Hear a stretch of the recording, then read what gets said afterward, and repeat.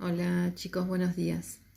Bueno, quisiera explicarles en este video la forma trigonométrica de un número complejo. ¿Sí? Bueno, hasta ahora lo que ya vimos es expresar un número complejo en par ordenado.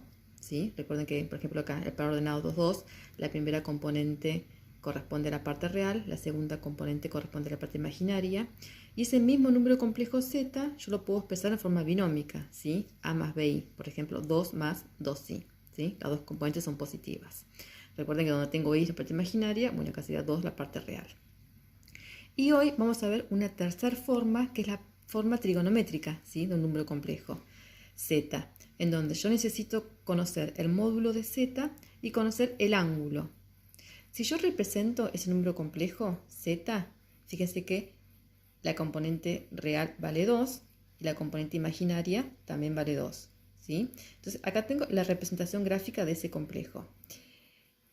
Esta distancia desde el centro de coordenadas a donde digamos, tengo al extremo del vector de la flechita, eso corresponde al módulo de z, ¿sí? Que es lo que yo necesito para poder expresar la forma trigonométrica. Y otra cosa que necesito hallar es el valor de alfa, ¿sí? Que no lo conozco. Pero bueno, vamos por parte. Para poder hallar el módulo de z, yo lo que voy a hacer es, como me queda determinado un triángulo rectángulo, fíjense que acá me queda un triángulo rectángulo en donde la hipotenusa es justamente el módulo de z, uno de los catetos es b y el otro es a, yo podría aplicar Pitágoras, ¿sí? Para poder hallar justamente esta incógnita, el módulo de z. Fíjense que como a y b valen 2, me queda, bueno, 2 al cuadrado que es 4, más 4 es 8, y la potencia queda como raíz cuadrada. Y lo que hice fue extraer factores fuera del signo radical. Como 8 lo puedo expresar como 2 al cubo.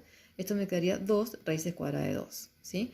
Si ustedes llegan a raíz cuadrada de 8, igual va a estar bien. ¿Sí? Es el mismo número, o sea que acá está con la extracción de factores. Bueno, entonces ya tengo el módulo.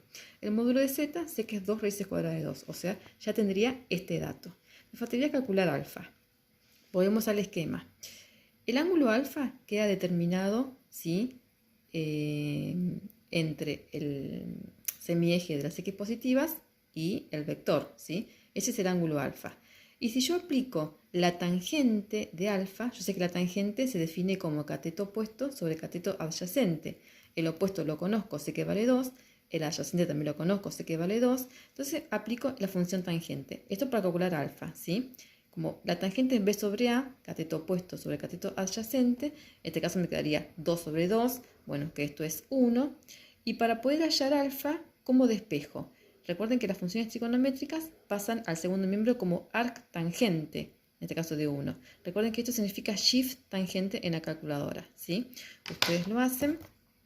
Bueno, esta calculadora, miren que la prendo, ahí, es shift tangente, bueno, en este caso de 1.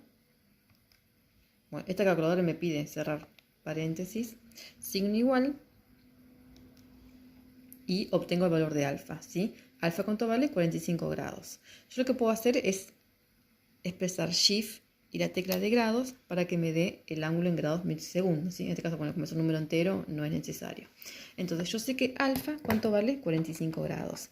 Y de esta manera, vuelvo digamos, a la expresión de la forma trigonométrica, entonces reemplazo. ¿Cómo va a quedar determinado este número complejo? Z. Esto va a ser igual a ρ, que me dio 2 raíces cuadradas de 2, por el coseno de alfa, que es 45, más el seno de alfa, que es 45, por i.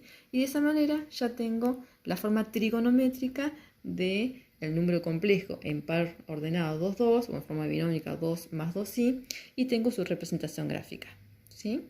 Bueno, espero que les sea útil esta explicación, que sea clara, y bueno, nos estamos viendo. Saludos.